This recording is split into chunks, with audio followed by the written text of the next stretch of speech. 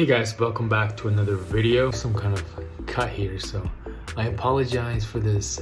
About how to regain focus, and I'm a huge believer that right now we have a huge problem of lacking in focus. So I wanted to make this video to really, I don't think I'll cover every topic about focus because I don't know that much, but from what I know is that I'm going to teach you what I know about focus through social media and the content that we consume. Everything is in bit-sized, short snippets, and very dopamine rush, high dopamine, very distracting, short, and just full-on enthusiasm and just full-on shots, and just, it's just everything is so compact and everything is just so precise, everything is so neat that there's no way that it could be boring in some way. Even people that have a hard time watching movies now because it's considered long, because they want something short. That's a huge problem. If you have that problem, that means you have very low focus. That means your focus is diminishing. That means you lack focus. And if that is the case, if that is you, then I'm glad you're watching this video, because I think I have some tips that could help. I'm not going to say that I know everything about focus, but from my journey of lacking in focus and now considering all the things that I've done, I can realize that I have more focus. Lack of focus is a pandemic right now, and one of the things that I've kind of battled through.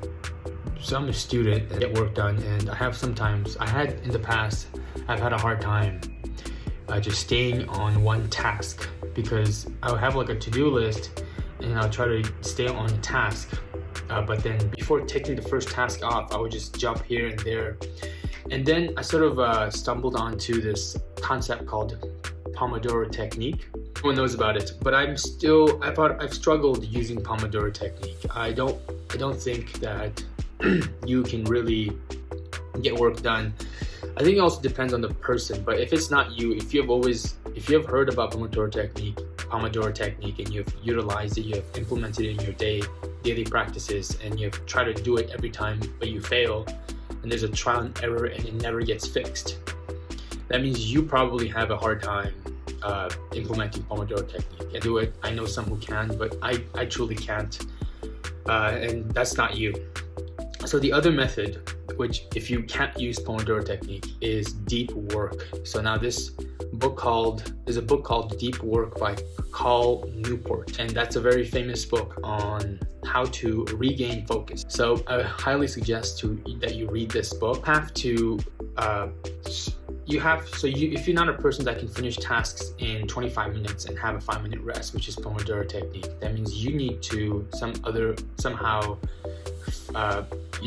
really implement other sorts of, it could be the environment, fix your environment of where you are completing your task. You could either be a student or you could be working, or even writing emails. So whatever task you have to consider it as a sacred task. Pomodoro Technique, it's not going to work. You should probably use deep work, which is not having short breaks and just making a long hour that you have fixed, time blocked, make it as your task. So you complete your task in that duration. And I've sometimes gone up to 3 hours, 2 hours.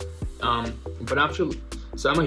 really enjoy listening to one of the podcasts, Huberman Lab, and Andrew Huberman is a ophthalmologist, and he specializes in a lot of science. It's like my biology and science course through podcasts. Like I've learned so much from that podcast. It's called Huberman Lab, so if you have time, definitely check that out. And Andrew Huberman talks about how we can only focus up to 90 minutes. So it is way more than 25. I've heard many theories of you focus only for 25 minutes. And another way that kind of resonates with me of doing your deep work in 90 minutes time block is that usually for students, for example, have their exams for 90 or for 1 hour or even 90 minutes, if sometimes even 50 minutes. So you definitely don't want to lose your focus when you're doing your exam. through utilizing Pomodoro Technique, because then you'll only focus for 25 minutes and you'll lose your focus afterwards. Your brain has adapted to that sort of practice, and you want to increase your focus length, your focus duration. So change your focus method. So that's my first tip.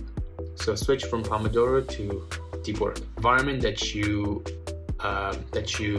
stay in. So one of the books that I've read that helped kind of understand more about how your deep work can be utilized through having a sacred space. So this book is called The Only Study Guide You'll Ever Need. It's specifically for students, but I also think adults and other people from other institutions could help benefit from this advice. And it's called The Sacred Space. So you want to keep your environment as sacred as possible. So if you look at mine, I've kind of made it look better. I've kind of made the space that I work at, that I do my deep work, so much more sacred, so much more. It's like a cue for me. If I see the table, the desk, and how neat it is, the way it's designed, then it kind of allows me to get into the mood of doing something that is a prioritized task. So that helps a lot. Third one, I think you have to somehow, it's going to be tough. It's going to be really tough. But somehow reduce your screen time in your phone. So I think like a year ago, I would usually spend 8 hours or even, 8 hours, 6 hours on my phone. And now I kind of average up to 3 hours or 2 hours. So that's a huge decrease. That's a huge reduction in screen time, and that helps a lot. So somehow reduce your screen time. Sometimes I would just usually delete the applications that I tend to get distracted. So I'll usually just delete Instagram, and then if I want to use it again, I would somehow use it in my laptop, or if it's really bugging me, then I would re-download it, and then after I make a post or whatever I've watched or talk to friends, then I would just delete it afterwards. So that helps. So delete the applications that you get distracted and reduce your screen time, and that will increase your focus. That's the third one. The fourth one is do something boring. Try to get used to doing boring tasks every day. So I tend to meditate. Meditation is not boring for me anymore. I used to not benefit from it, just by I feel so much calmer after doing the meditation sessions, and that helps a lot.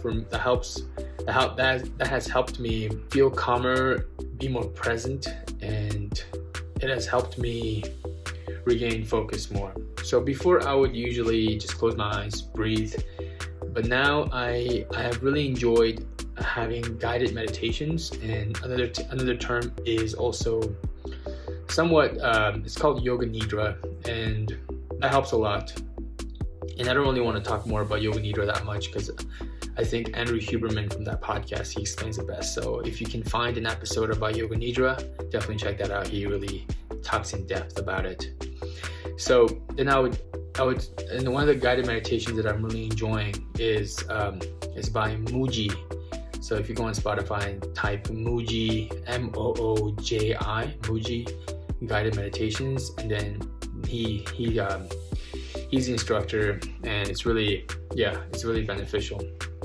So somehow do some boring tasks. My example was meditation.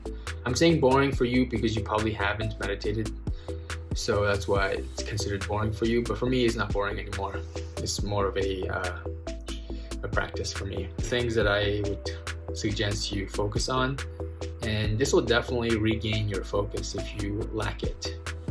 And comment down below if you have any other suggestions that you think would also help regain your focus, and really let's make this video impactful and meaningful to people that lack focus, because it really is a pandemic, in my opinion.